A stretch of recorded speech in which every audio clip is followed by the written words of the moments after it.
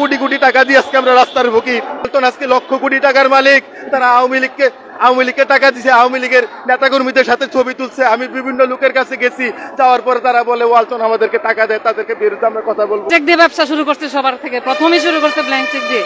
এগুলা শুননা তো মানে আকাশ থেকে পড়ে গেছে, আমরা শিক্ষিত মানুষ, যে ব্ল্যাঙ্ক চেক দিয়ে তোমরা কিভাবে ব্যবসা শুরু করো। তাদের প্রতিনিধি চেঞ্জ করছে, এক এক প্রতিনিধি এসে এক এক রকম কথা বলছে। কোনো ব্যালেন্স বাড়াই নাই, বরঞ্চ 21, 22, 23 ব্যালেন্স আমার কমাইছি,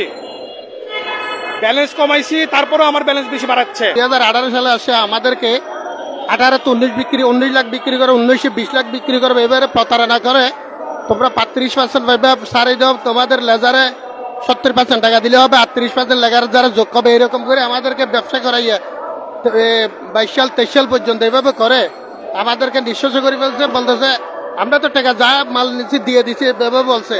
এরপরে দেখা যেত লেজারে 8 কোটি 10 কোটি তোমাদের থেকে ভাই আমাদেরকে হুমকি দমকি দিয়ে আমাদেরকে ব্যবসা করতে দিচ্ছে না। আমরা কিন্তু এখন একদম নিঃশ্বাস হয়ে গেছে। আমরা চলার আমাদের সমস্যা, বাড়ি বিক্রি করা, জমি বিক্রি করা, সব টাকা পয়সা আমরা ইনভেস্ট করছি ব্যবসায়। এখন ব্যবসার আমাদেরকে মামলা দিতে চাই, হুমকি দেয়। এই টেনশনে যদি আমার স্বামীর মৃত্যু হয়, এই দায় কে নেবে?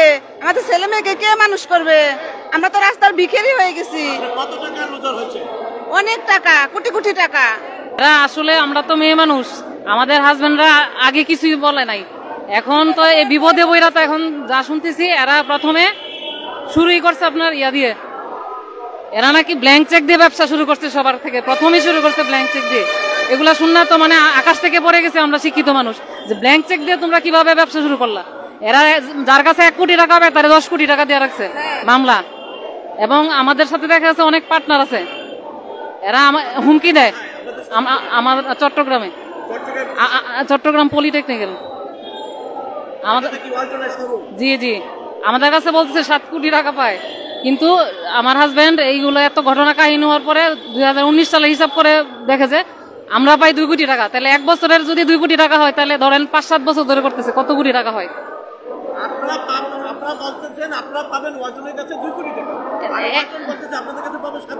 এটা তো 1 বছরের হিসাব আমাদের।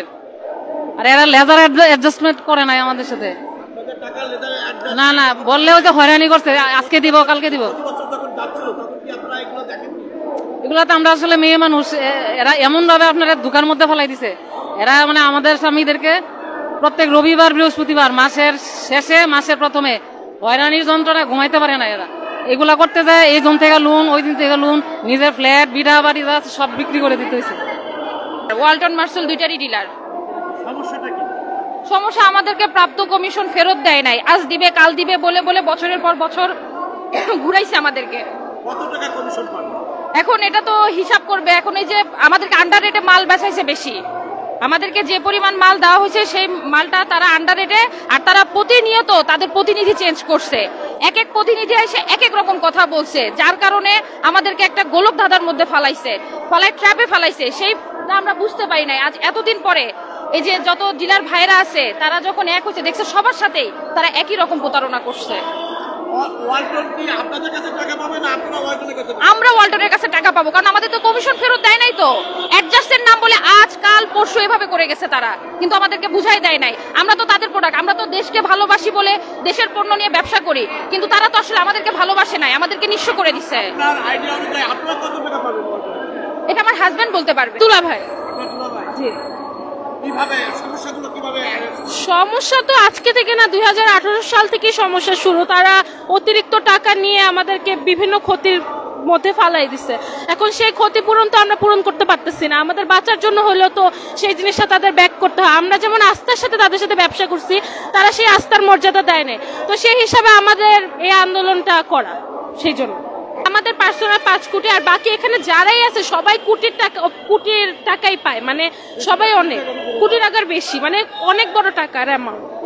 সো আমরা এখানে অনেক ক্ষতি। তারা ইনভয়েসে 18% দিছে, যখন আমাদের প্রোডাক্ট দিছে তখন বলছে আপনারা 32-33% পাবেন, আপনারা মাল বিক্রি করেন। তখন আমরা 32-33% মাল বিক্রি করছি, তাদের টাকা দিছি। এক পর্যায়ে দেখা গেছে আমার গোডাউনও খালি, আমার টাকাও নাই। কিরে কই গেল টাকা? যখন আমরা হিসাব চাইছি তখন দেখি যে আমার ইনভয়েসে 18% দেওয়া, 35% নাই। আস্তে আস্তে এক পর্যায়ে তারা বিশাল একটা অঙ্কের টাকা দাবি করতেছে। আসলে তারা কোনো টাকা পাবে না আমাদের কাছে,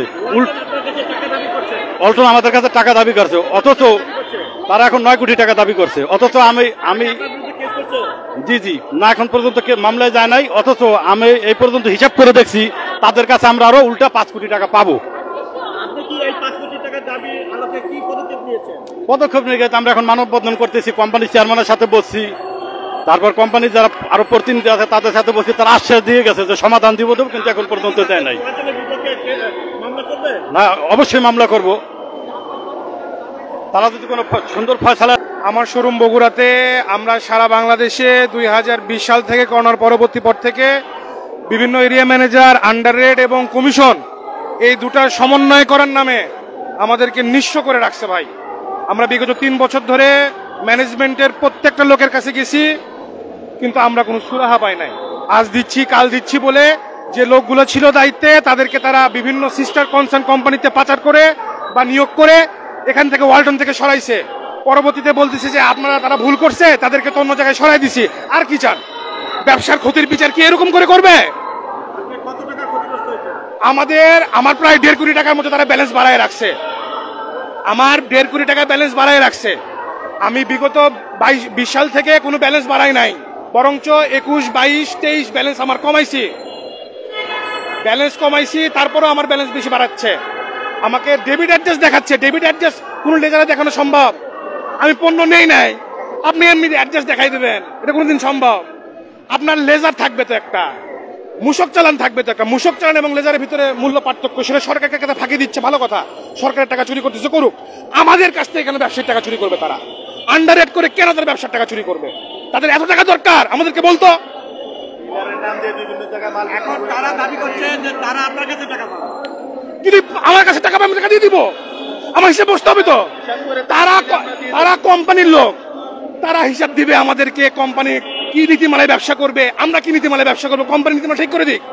2 দিন পর পর নীতিমালা তো চেঞ্জ করলে হবে না। কোম্পানি যেখান থেকে আপনি আমাকে 10 টাকা দিয়ে পণ্য দিচ্ছেন, দিয়ে আপনি রাতের বেলা ডিক্লারেশন দিয়ে দিলেন পণ্যের দাম 2 টাকা কমাই দিলাম, আমি আপনাকে পণ্য দিলাম 10 টাকা করে, আপনি কি এখন 10 টাকা করে বিক্রি করবেন? হ্যাঁ হ্যাঁ হ্যাঁ হ্যাঁ, আমাদের ডিলারশিপের যে একটা অফার লেটার দেওয়া থাকে, আমাদের কোড খোলা থাকে, এটাই আমাদের একটা চুক্তি। আয়শা ইলেকট্রনিক্স এবং খাদিজা ট্রেডার্স আমার ওয়ালটনের কেবলসের, এসবি ট্রেডার্স আমার ওয়ালটনের ডিস্ট্রিবিউটার, তারপরে খাদিজা ট্রেডার্স আরেকটা আছে আমার, তারাই মার্সেলের কোড খুলে দিয়েছে, কিন্তু ওই কোডে তারা আমাকে কোনো মাল দেয় নাই।